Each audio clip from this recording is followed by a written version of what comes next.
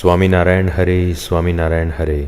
સંવત 1876ના મહાવદી નવમીને દિવસ શ્રીજી મહારાજ શ્રી ગઢડા મધ્યે દાદા ખાચરના દરબારમાં શ્રી વાસુદેવ નારાયણના મંદિરની આગળ આથમણે દ્વાર ઓરડાની ઓસરીએ ઢોલિયા ઉપર આથમણે મુખારવિંદે વિરાજમાન હતા અને ધોળો સુરવાળ પહેર્યો હતો ને ધોળો અંગરખો પહેર્યો હતો ને જરકસી છેડાનું કસુંબલ ભારે શેલું કેડે બાંધ્યું હતું ને જરકસી છેડાનો ભારે કસુંબલ રેટો માથે બાંધ્યો હતો ને તે પાઘમાં પુષ્પના તોરા ઝૂકી રહ્યા હતા અને કંઠમાં પુષ્પના હાર પહેર્યા હતા અને પોતાના મુખારવિંદની આગળ સર્વે મુનિ તથા દેશ દેશના હરિભક્તની સભા ભરાઈને બેઠી હતી. પછી શ્રીજી મહારાજ બોલ્યા છે, કોઈ પ્રશ્ન પૂછો.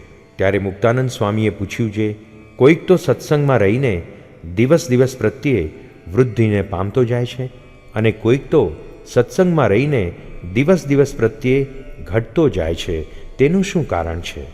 પછી શ્રીજી મહારાજ બોલ્યા છે, મોટા જે સાધુ તેનો જે અવગુણ લે છે તે ઘટતો જાય છે અને તે સાધુનો જે ગુણ લે છે તેનું અંગ વૃદ્ધિ પામતું જાય છે ને તેને ભગવાનને વિશે ભક્તિ પણ વૃદ્ધિ પામે છે.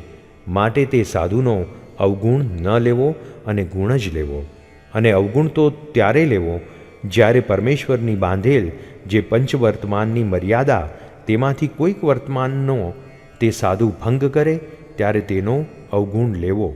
પણ કોઈ વર્તમાનમાં તો ફેર ન હોય અને તેની સ્વાભાવિક પ્રકૃતિ ઠીક ન જણાતી હોય તેને જોઈને તે સાધુમાં બીજા ઘણા ગુણ હોય તેનો ત્યાગ કરીને જો એકલા અવગુણને જ ગ્રહણ કરે તો તેના જ્ઞાન વૈરાગ્યાદિક જે શુભ ગુણ તે ઘટી જાય છે. માટે વર્તમાનમાં ફેર હોય તો જ અવગુણ લેવો, પણ અમથો ભગવાનના ભક્તનો અવગુણ લેવો નહીં. અને જો અવગુણ લે નહીં તો તેને શુભ ગુણની દિવસ દિવસ પ્રત્યે વૃદ્ધિ થતી જાય છે. ઇતિ વચનામૃતમ. એવી રીતે ગઢડા પ્રથમ પ્રકરણનું 53મું જે તે થયું.